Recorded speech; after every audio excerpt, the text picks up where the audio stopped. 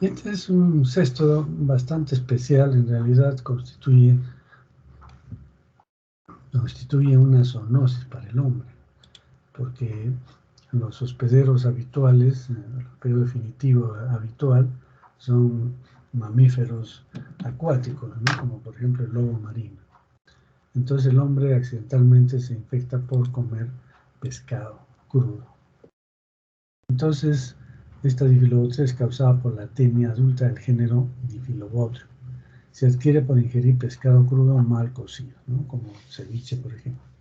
En realidad es un género Difilobotrum, hay varias especies que pueden afectar al hombre. Esta es una tenia que ya está fijada por esta de ese color, porque son blanquecinas, pero lo que llama la atención es estos puntos en el interior, en centrales, en cada una de las proglótidas. Y esto es el útero en forma de roseta. Esa es la característica entonces de esta tenia, de este cestodo, porque tiene en primer lugar el útero en forma de roseta, además tiene poro uterino y poro genital en la parte central, ya no es lateral como en los otros cestos que hemos estado estudiando. Entonces acá tienen ya con un color prácticamente normal. Este es el Difilobotrum, miren, tiene un escólex que es como dos paletas unidas que se llaman bótrias, por eso se llaman Difilobotrum, porque tiene dos bótrias que le sirve de órgano de fijación, ya no tiene las ventosas o los ganchos que habíamos visto, ¿no? Y todas sus prolótidas son pues más anchas que largas, ¿no? Esa es la característica fundamental. Acá veamos las bótrias, ¿ven? Este es el escólex en forma de botria y acá tienen las dos bótrias separadas. Entonces esta hendidura es la que le sirve para fijarse a la mucosa intestinal. Las prolótidas, miren, esto es el útero que ha desarrollado en forma de roseta. Estos puntitos son huevecillos, ¿no? del cesto, ¿no? Del Difilobotrum, que ya están dentro del útero. Acá también vemos el útero en forma de roseta. Y acá se ven unas estructuras.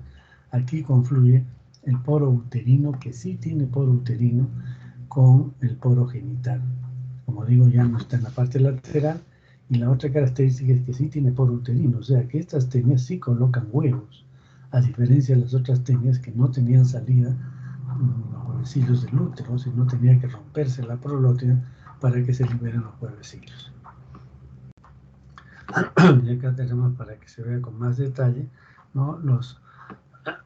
Se ve claramente el útero en forma de roseta, que hace una prominencia en la parte central.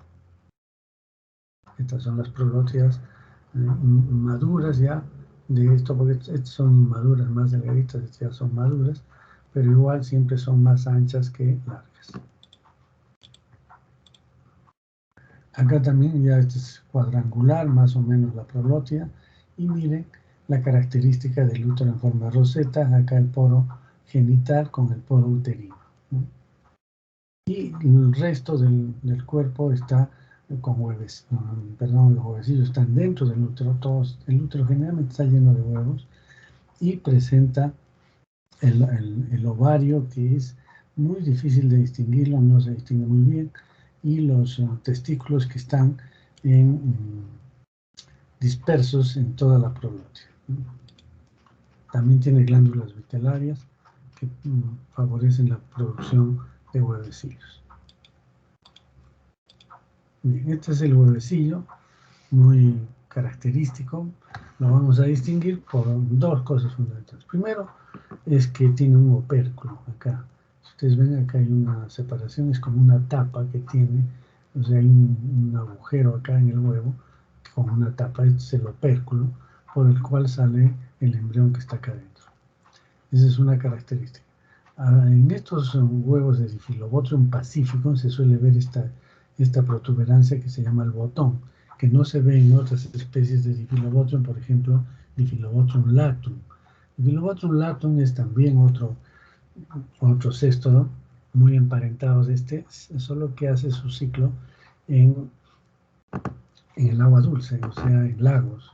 En Chile, por ejemplo, tienen Difilobotrum latum.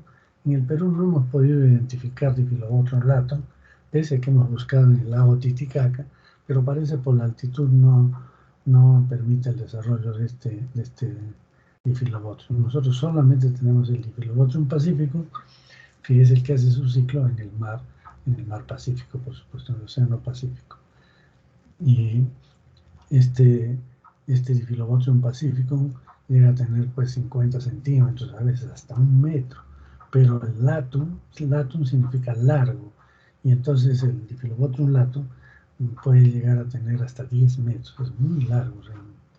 Bueno, entonces estábamos en el huevecillo que tiene opérculo, que mide 60 micras en su diámetro mayor, que tiene un botón, que además en el interior no hay un embrión hexacanto todavía, o sea que esta es una masa embrionaria, unas células embrionarias que van a dar origen a un embrión hexacanto, pero todavía no está el embrión hexacanto en este huevecillo.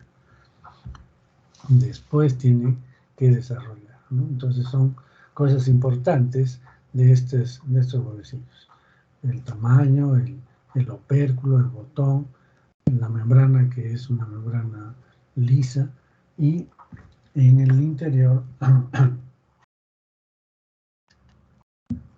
está una masa, no es una masa, sino que hay células germinales importantes que van a dar origen a un embrión. Y este es el embrión que se va a formar. Este sí es un embrión hexacanto. Miren, acá están los ganchos, pero es un embrión hexacanto oncósfera ciliado, tiene cilios, vean acá. Y esto se llama coracidio, ¿no? Entonces el embrión hexacanto, así como le llamamos la oncósfera en el otro, aquí le llamamos coracidio, que es un embrión hexacanto ciliado, con cilios, que se va a formar a partir de estas células que son germinales. Luego vamos a tener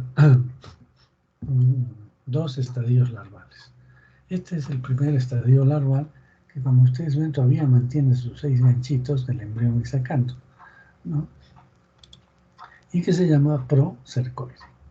Esta es una estructura pequeña, mide micras, 200, 300 micras nomás. Y entonces este es el primer estadio larval.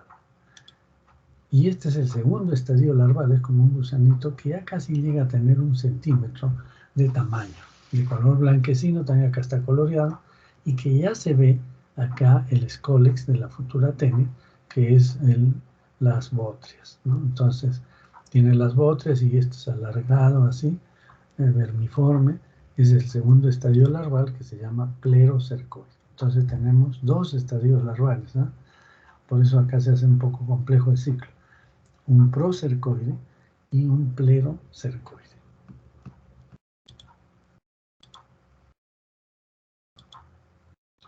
Ahora, como hemos visto también los estadios larvales, ahora vamos a ver los hospederos. Hay un primero y segundo hospedero intermediario.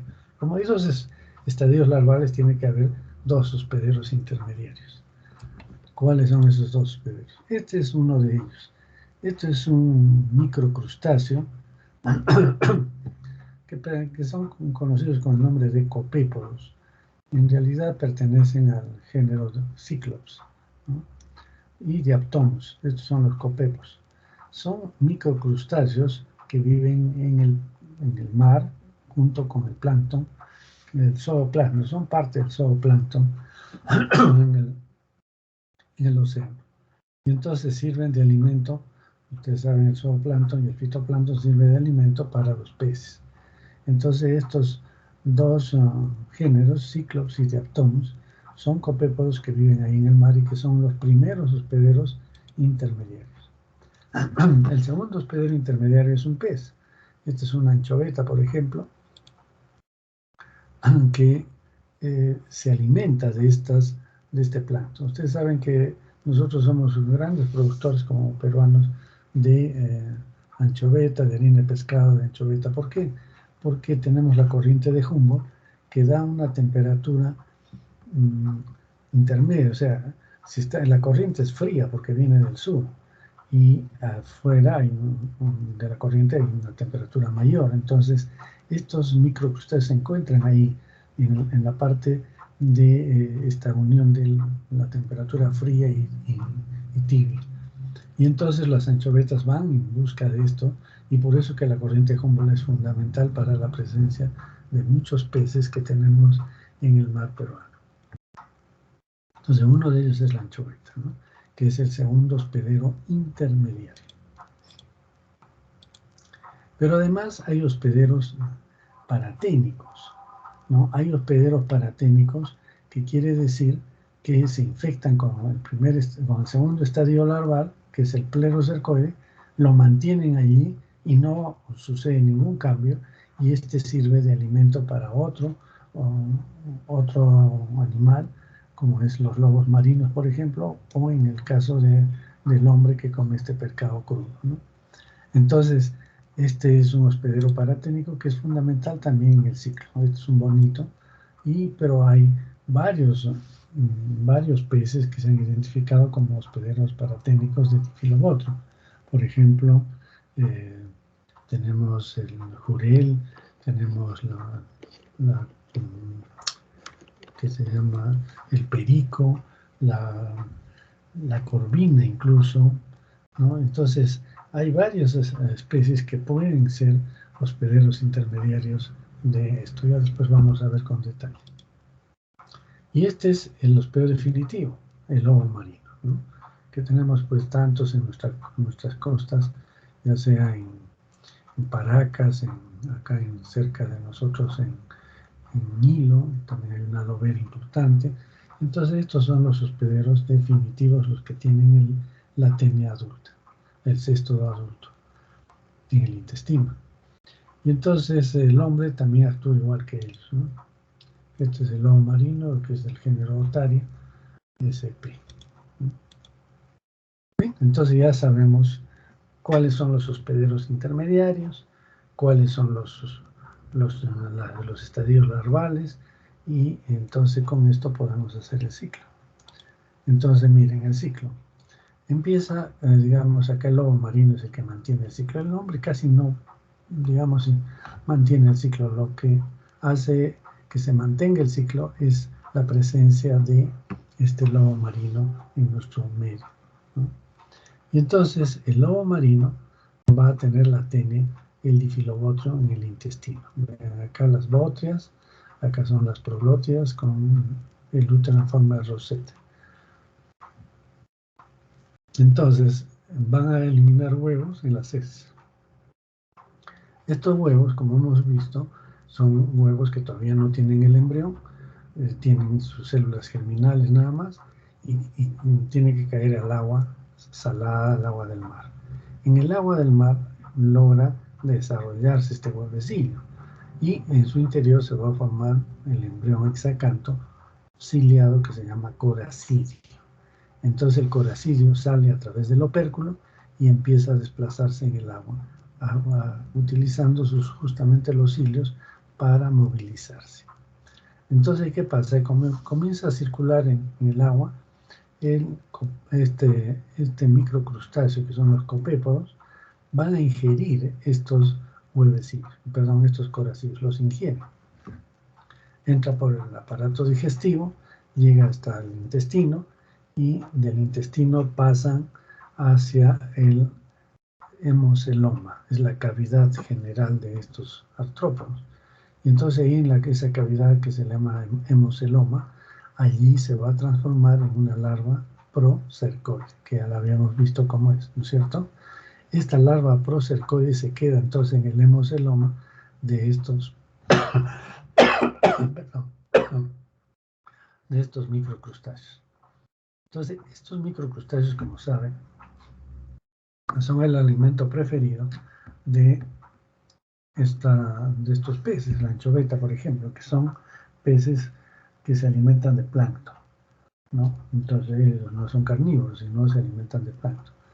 Entonces, esta anchoveta se come a estos copépodos, y lógicamente en su interior estaba la larva procercoide. Esta larva procercoide, cuando llega al intestino del pez, sale y se fija en el peritoneo del pez.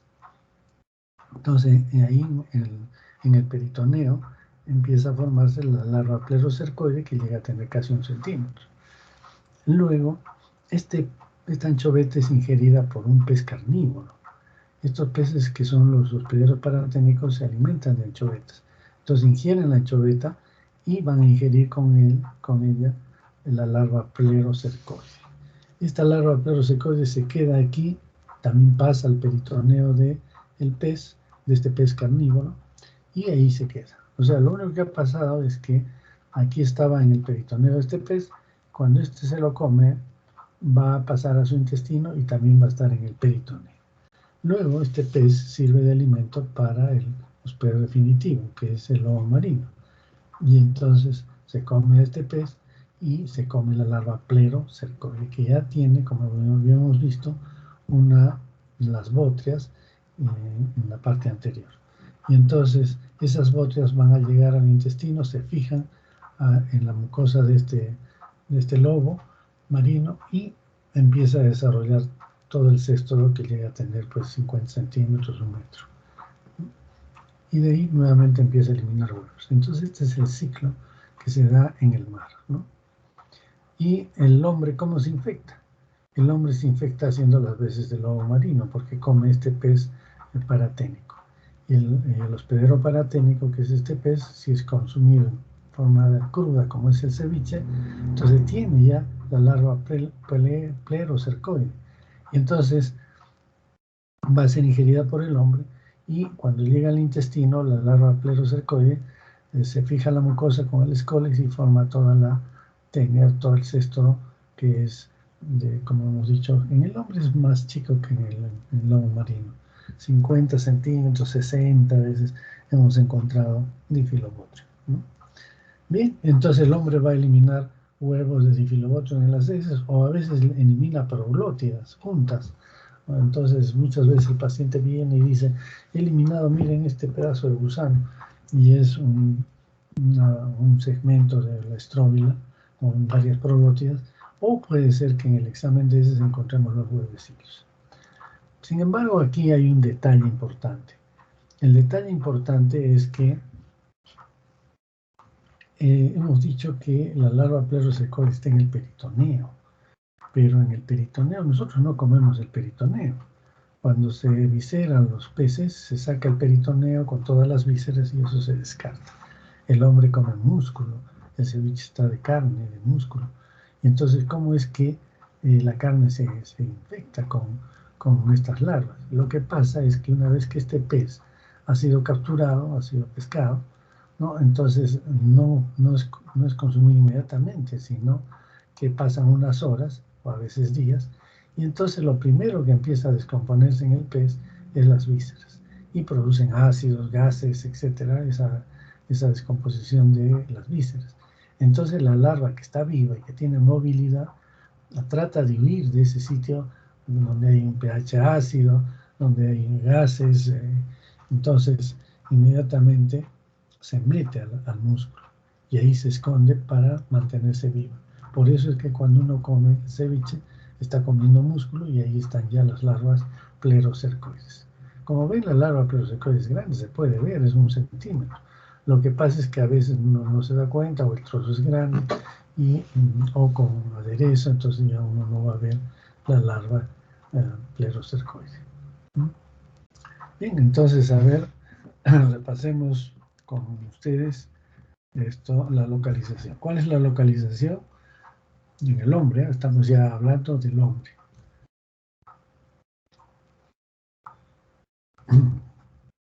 A ver quién aporta.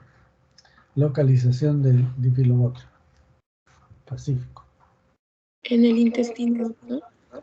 ¿Cuál intestino?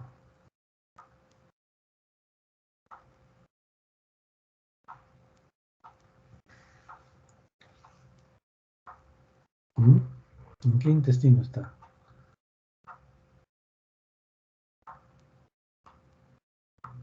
Vamos, contesten cualquiera. Delgado, doctor. Muy bien. Recuerden, todos los cestos viven en intestino delgado, porque tienen que alimentarse a través de su tegumento. Estos no tienen boca, tienen que utilizar el tegumento. ¿Cuál es el estadio infeccioso? Para el hombre, ¿eh? Plerocercoide, doctor. Muy bien, la larva plerocercoide. ¿Cuál es el mecanismo de infección? Pescado crudo. El consumo de pescado crudo. Muy bien.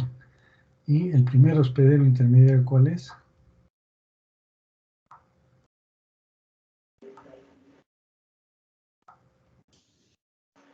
Copepo. Los copepos son microcrustáceos del género Cyclopsodiatomos. El segundo hospedero intermediario ¿cuál es?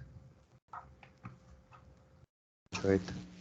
Anchoveta. Bien. El hospedero paraténico.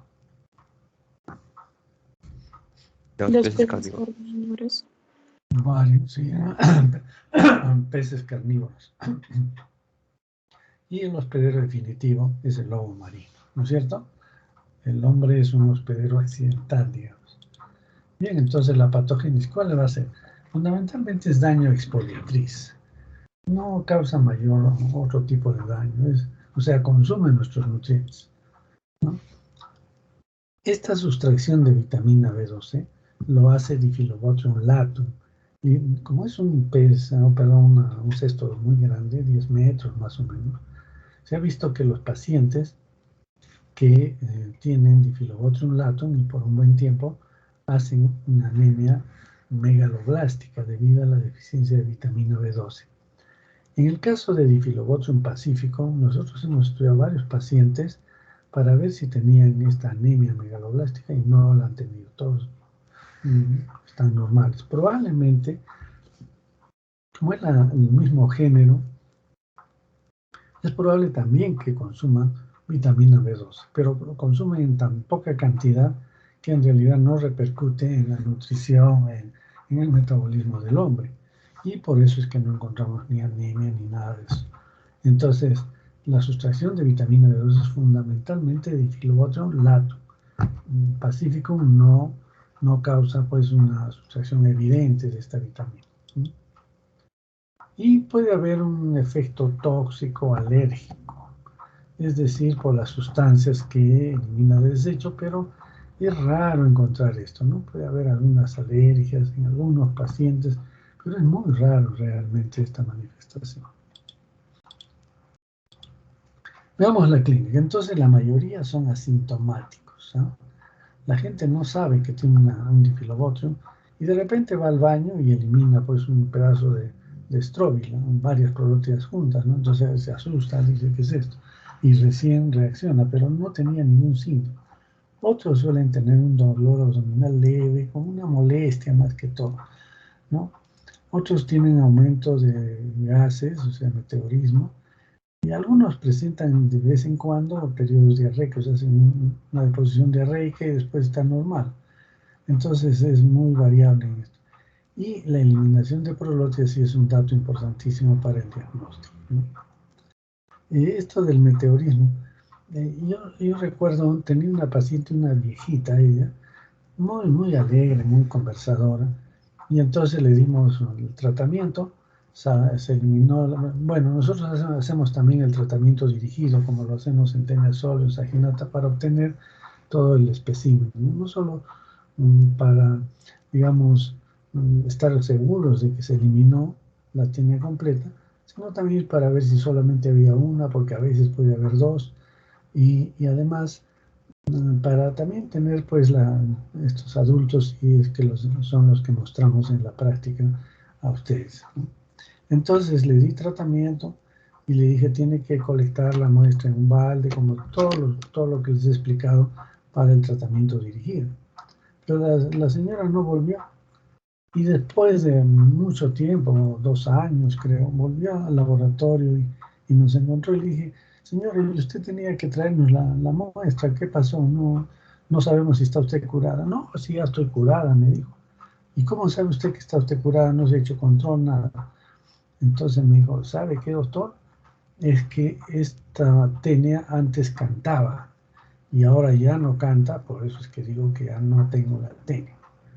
Entonces nos reímos, pues bueno, esto es una anécdota. Pero, ¿qué significaba para ella cantar? Era los ruidos hidroaéreos que hacía en el estómago, esos ruidos que uno siente en el abdomen, eso ella sentía cuando tenía la tenia y después ya no. Entonces, por eso ella decía, la tenia cantaba, ¿no? Entonces, bueno, puede haber pues ese aumento de gases en el intestino. Bien, acá tenemos una casuística de hecha hace mucho tiempo, de las manifestaciones que pueden presentar, ¿no? Pacientes. Por ejemplo, dolor abdominal, diarrea, dolor abdominal, diarrea y vómito incluso algunas veces, y asintomáticos, que son la mayoría. ¿Qué complicaciones? En realidad no hay complicaciones así severas, solo he encontrado un artículo en el cual hay pues la presencia de una pancreatitis. Es un paciente que presenta pancreatitis. Aquí está la versión, ¿no? Todo el cuadro. Es un paciente que entra al hospital por pancreatitis y se le hace una, no sé si está acá el artículo. No, no está. Bueno. Entonces, se le hace una, vamos a ver, se le hace una endoscopía y mediante la endoscopia se encuentra que el difilobotrium está pegado a la ampolla de Vater, así, tapando el conducto pancreático y por lo tanto se produjo una pancreatitis aguda. Entonces sacaron el difilobotrium de ahí y ya empezó a salir el jugo pancreático para solucionar el problema. Entonces fue una pancreatitis aguda por obstrucción del difilobotrium. Es la única publicación de una complicación de difilobotriasis. O sea, imagínense, generalmente no causa ningún problema. Esta es digamos, una excepción, un hecho fortuito de repente. Bien, ahora veamos el diagnóstico. Entonces la clínica no ayuda mucho, la clínica, salvo que venga el paciente con la eliminación de proglotias, ¿no? Y entonces las complicaciones que son, como hemos dicho, raras, y luego tenemos que encontrar, hacer el examen de heces mediante el método de Telemann o sedimentación rápida para buscar los huevecillos. La otra es ver las proglotias también, que son muy características, ¿no? En cuanto a la epidemiología, miren, esto es importante porque esta enfermedad no se conocía antes de los años 50. En los años 60 empiezan a aparecer los primeros casos de difilobotriasis. Probablemente existían, pero que no eran diagnosticados o qué sería. Entonces, ya aparecen, sobre todo en el norte del país, ¿no? En Chiclayo encuentran este Castillo, encuentra pues varios pacientes con difilobotrias. Luego esto es en La Oroya, pero probablemente obtuvo la enfermedad en la costa. En el 64 también en Lima ya reportan varios casos, Lumbreras, presenta un caso en Lima, Gutiérrez y Robles en el 65, y así poco a poco van encontrando en Lima, ¿no es cierto? Después Miranda, por ejemplo, encuentra esto en el 67, 7 casos, ¿no?, de difilobotrium. Miranda por primera vez en una reunión científica da la explicación del ciclo biológico. Lo estudiaron bien. Miranda es un parasitólogo trujillano, pero que ya falleció, entonces, pero muy connotado, y él ha sido investigador. Bueno, luego los casos en Lima, en Trujillo, como ven, todos casi en el norte. Recién Neira, un colega que trabaja con nosotros, reporta en el año 75 11 casos en Arequipa, ¿no? Lumbreras en el 75 reporta 115 casos. Entonces comenzaron a estudiar difilobotrium y comenzaron a encontrarse mucho más. Luego Neira en el 93, 18 casos más en Arequipa, ¿no? Y en el 97, 597 casos en el Hospital Nacional Cayetano Heredia. La doctora Tarachima, que bueno, ya está muy viejita también, trabajaba mucho en esto. Y esto empiezan pues a aparecer los casos de difilobotriasis. Entonces, ¿qué es lo que se ha visto desde el punto de vista epidemiológico? Probablemente antes había, pero muy poco, y después, o no se hacía el diagnóstico. Pero después, cuando ya se identificó el ciclo, todo, entonces comenzaron la gente a buscar estos huevecillos en las heces y encontró que mucha gente tenía la enfermedad. Y esto obedece también a un contexto social, político. Resulta que en los años 68, más o menos, que es cuando aumenta mucho estos casos de difilobotrio, entró al gobierno el general Velasco Alvarado. Y Velasco Alvarado tenía un plan, se llamaba el Plan Inca, y dentro de este plan era la nutrición. Y la nutrición, pues en el Perú era paupérrima en esa época, y entonces dijo, no puede ser que teniendo una despensa llena de pescado, la gente tenga desnutrición. Y entonces impulsó el consumo de pescado, no saben de qué manera. Antes aquí en Arequipa no había cevicherías, solo se comía pescado muy rara vez. Y uno para comer pescado fresco tenía que irse a Mollendo. Era típico irse a la playa en el verano y comer en el mercado de Mollendo un pescado frito, ¿no? Entonces esas eran nuestras costumbres. Y nadie comía pescado, muy pocos comían pescado fresco en Arequipa. Entonces, no había cevicherías, por supuesto. Entonces él propicia el consumo de pescado a todo nivel, ¿no? Da facilidades a los pescadores artesanales para que compren bolicheras, permite que los transportistas compren también, les da crédito para que compren cámaras frigoríficas para llevar el pescado a otros sitios lejos de la costa. Y en la televisión, en la radio había propagandas de cómo preparar el pescado. Antes solo se comía pues la corvina y el bonito a veces, pero no había más, no se comían otros peces. Y entonces comienzan a llegar a Arequipa pues todos los peces. Y no solo Arequipa, todo el Perú, ¿no?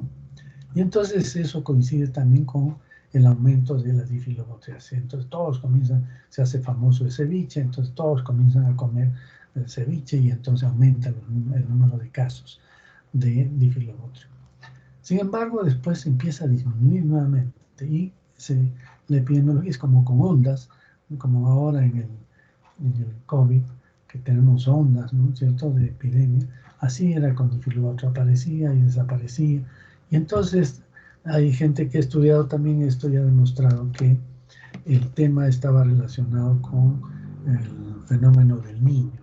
Entonces, cuando había fenómeno del niño, había aumento de la temperatura, desaparecían los peces, desaparecía el alimento para los lobos y morían muchos lobos. Nosotros encontrábamos en la playa los lobos muertos ahí por la falta de alimento. Y entonces, en esa época disminuía la difilotrias, pero después pasaba el fenómeno del niño, volvía nuevamente la temperatura fría, aumentaban los peces y nuevamente se reiniciaban los casos de difilotrias. Entonces eso ha sido así, esa es la historia, ¿no?, de esta enfermedad en el Perú. Entonces, en cuanto a la profilaxis, ¿qué debemos hacer? Debemos pues de no comer ceviche, ¿no es cierto?, porque acá está el pescado crudo y que podemos infectarnos. Entonces esa es la profilaxis. ¿Qué dicen ustedes? El control es muy difícil, no se puede actuar contra los lobos marinos y además no se les va a dar tratamiento, ellos tienen una vida silvestre. Así que de ahora en adelante ya no van a comer ceviche. ¿Qué dicen ustedes? ¿Están de acuerdo o no? No, doctor. ¿Van a seguir comiendo ceviche? ¿Sí o no? Sí, doctor. Muy bien, entonces, en todo caso, si hacen la infección, me avisan, yo les doy tratamiento, obtenemos la tenia para mostrar a mis alumnos y, bueno, les doy el tratamiento gratis en todo caso. Ahí que ya están advertidos. Pero en realidad no es una parasitosis que cause, como hemos visto, esa complicación, pues es rarísima, ¿no? Entonces, la única molestia que van a tener generalmente es que eliminen pues las prolótidas, ¿no? Entonces ya está hecho el diagnóstico, se le da tratamiento y se acabó el asunto. Es que yo digo esto desde el punto de vista humano y de nutrición, ¿no? No se puede prohibir a la gente que coma pescado. Pues lo ideal sería que se coma pescado crudo o cocido, ¿no? Pero a veces pues siempre hay un gusto y no coma pescado crudo. Pero siempre tener cuidado del pescado crudo, ya saben, pueden tener difilobotriasis, pueden tener otras enfermedades que se llaman y que no siempre son, digamos, leves, ¿no? Entonces, tenemos pues varias especies que pueden causar problemas en el hombre. Bien, entonces esto es lo que es difilobotriasis. No sé si bueno, el tratamiento es que se llama con praziquantel. En realidad es sencillo, una dosis de 10 miligramos por kilogramo de peso, una tableta de 600 miligramos, suficiente para el tratamiento. Nosotros hacemos el tratamiento dirigido, como ustedes saben. El tratamiento dirigido es que el día anterior a la toma del medicamento se le da una dieta libre de residuos. Al día siguiente, en ayunas, se le da la tableta de praziquantel y a las 2 horas y media, se le da un purgante y todo el contenido que puedan eliminar en las heces es colectado en un recipiente con formol salino. Después se busca la TN y se obtiene pues el espécimen completo, ¿no? Tiene que haberse eliminado el Scolex para que el tratamiento sea efectivo. Si no se ha eliminado el Scolex, se tendrá que hacer un nuevo tratamiento. Pero esto es lo que se hace con praziquantel. Muy bien, ¿alguna pregunta? Entonces, quizás solo para señalarles, ¿no? Estas son las prolotias para que ustedes tengan siempre presente estas prolotias con el rostelo.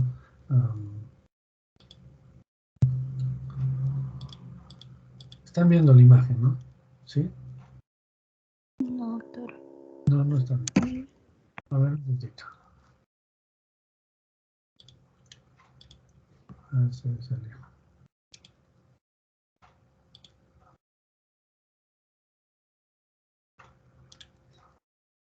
Lo que les decía es que ustedes deben tener siempre... Ay, caramba.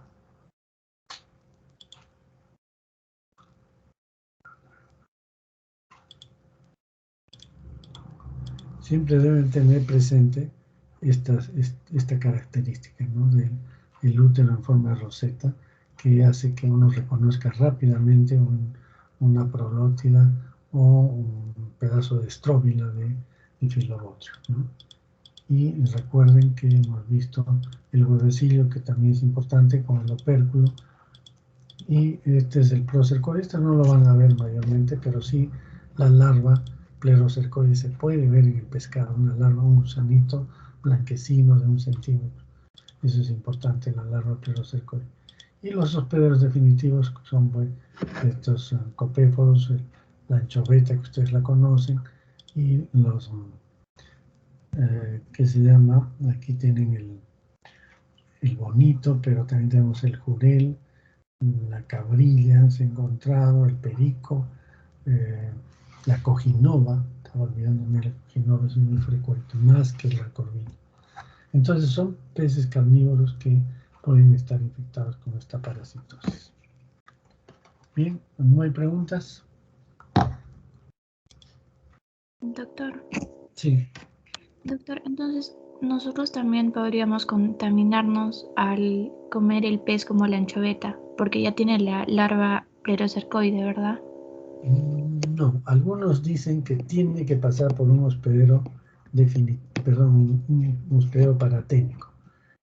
Uno dice, la larva plerocercoide solo ha pasado para allá, pero parece que hay algo que permite que complete su desarrollo en la larva plerocercoide. Eso no está muy bien claro, pero es necesario que esta larva pase por un hospedero paraténico, si no, no existiría el hospedero paraténico. Ahora, no sé si, yo no creo que si uno come anchoveta puede hacer, pero el tema es que desde el punto de vista práctico creo que nadie come anchoveta cruda. por espina, ¿no? Quizás cocida puede ser. Pero bueno, el tema es eso, ¿no? Que siempre se ha dicho, en realidad yo no puedo afirmar, no he investigado esto, que es necesario que sea el pez paratélico el que permita la transmisión hacia el hombre o hacia el lobo marino. ¿Ya? Sí, doctor, gracias. ¿Alguna otra pregunta? Muy bien, entonces recuerden, la próxima semana vamos a tomar un quiz, probablemente sea el jueves o miércoles, depende de ustedes, y que se llama